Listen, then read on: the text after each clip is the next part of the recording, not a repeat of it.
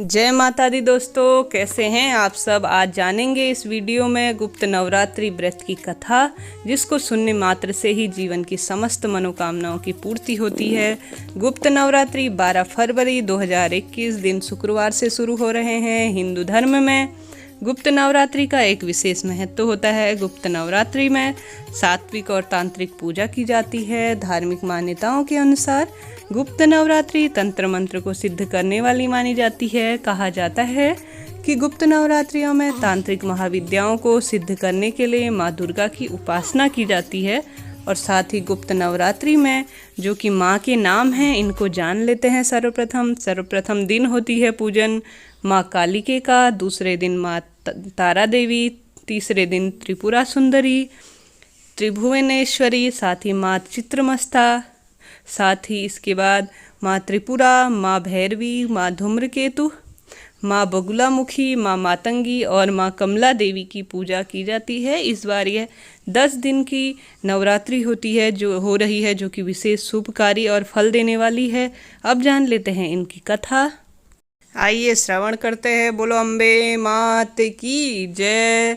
ओम नमो भगवते वासुदेवाय। सर्वप्रथम गुप्त नवरात्रि से जुड़ी प्रामाणिक और प्राचीन कथा यह है। इस कथा के अनुसार एक समय ऋषि भृंगी भक्तजनों को दर्शन दे रहे थे। तभी अचानक भीड़ से एक स्त्री निकलकर आई और करबद्ध होकर बोली, ऋषि भृंगी, मेरे पति दुर्व्यसनों से सदा घिरे रहते हैं, जिस कारण मैं कोई पूजा पाठ नहीं कर पाती। धर्म और भक्ति से जुड़े पवित्र कार्यों का संपादन भी मैं बिल्कुल नहीं कर पाती। यहाँ तक कि ऋषियों को उनके हिस्से का अन्न भी समर्पित नहीं कर पाती। मेरा पति मांसाहारी है, जुआरी है, लेकिन मैं माँ दुर्गा की सेवा करना चाहती हूँ। उनकी भक्ति साधना से अपने और अपने परिवार को सफल बनाना चाहती हूँ। श्रृंगी ऋषि महिला के भक्तिभाव से बेहद प्रभावित हुए और ऋषि बोले, उस स्त्री को आदरपूर्वक बताते हुए कहा कि आप वासंतिक जो बसंत में आते हैं और श्राद्धी नवरात्रियों के बारे में तो आम जन मानस को पता ही है, परिचित ही है, लेकिन इसके अतिरिक्त 2 नवरात्रि और होते हैं। इन्हें गुप्त नवरात्रि कहा जाता है, जो कि विशेष रूप से फल देने वाली और समस्त मनोकामनाओं को पूर्ण करने वाली होती है।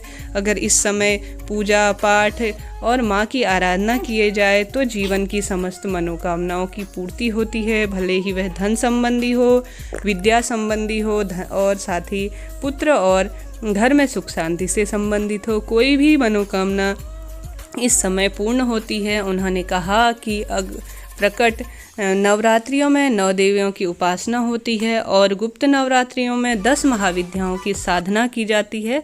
इन नवरात्रियों का मुख्य देवी स्वरूप का नाम सर्वस्वकारिणी देवी है। इन सर्वस्वकारिणी जो कि माँ का मुख्य स्वरूप है, जैसा कि नाम से ही विदित है। यदि इन गुप्त नवरात्रियों में कोई भी माँ दुर्गा की पूजा साधना करता है तो उसके जीवन को वह सफल बना देती है। ऋषि भृंगी के आगे यह कहा कि लोभी, कामी, व्यसनी, मांसाहारी तथा पूजा पाठ न कर सकने वाला भी यदि गुप्त नवरात्रियों में माँ की पूजा आराधना करता है तो उसे जीवन में कुछ भी करने की आवश्यकता नहीं रहती। उस स्त्री ने ऋषि भृंगी के वचनों का पूर्ण रूप से श्रद्धा से पालन करते हुए गुप्त नवरात्रियों की पूजा की। माँ उस पर प्रसन्न हुई और उस स्त्री के जीवन में परिवर्तन आने लगा। उसके घर में सुख शांति आ गई। पति जो गलत कार्य करता था वह सही मार्ग पर आ गया। गुप्त नवरात्रि की माता की आराधना करने से उसका पूर्ण रूप से जीवन खिल उठा। जिस तरह से माता तुमने इनकी मनोकामनाएं पूर्ण की, ठीक उसी तरह से समस्त हमारी मनोकामनाएं भी पूर्ण करें। बोले श्री अम्बे मात की जय हो। वीडियो कैसा लगा बताइएगा ज़रूर। चैनल को लाइक, शेयर और सब्सक्राइब करना ना भूलें। आप पर माता रानी की कृपा हो, इसी आशा के साथ जय माता दी।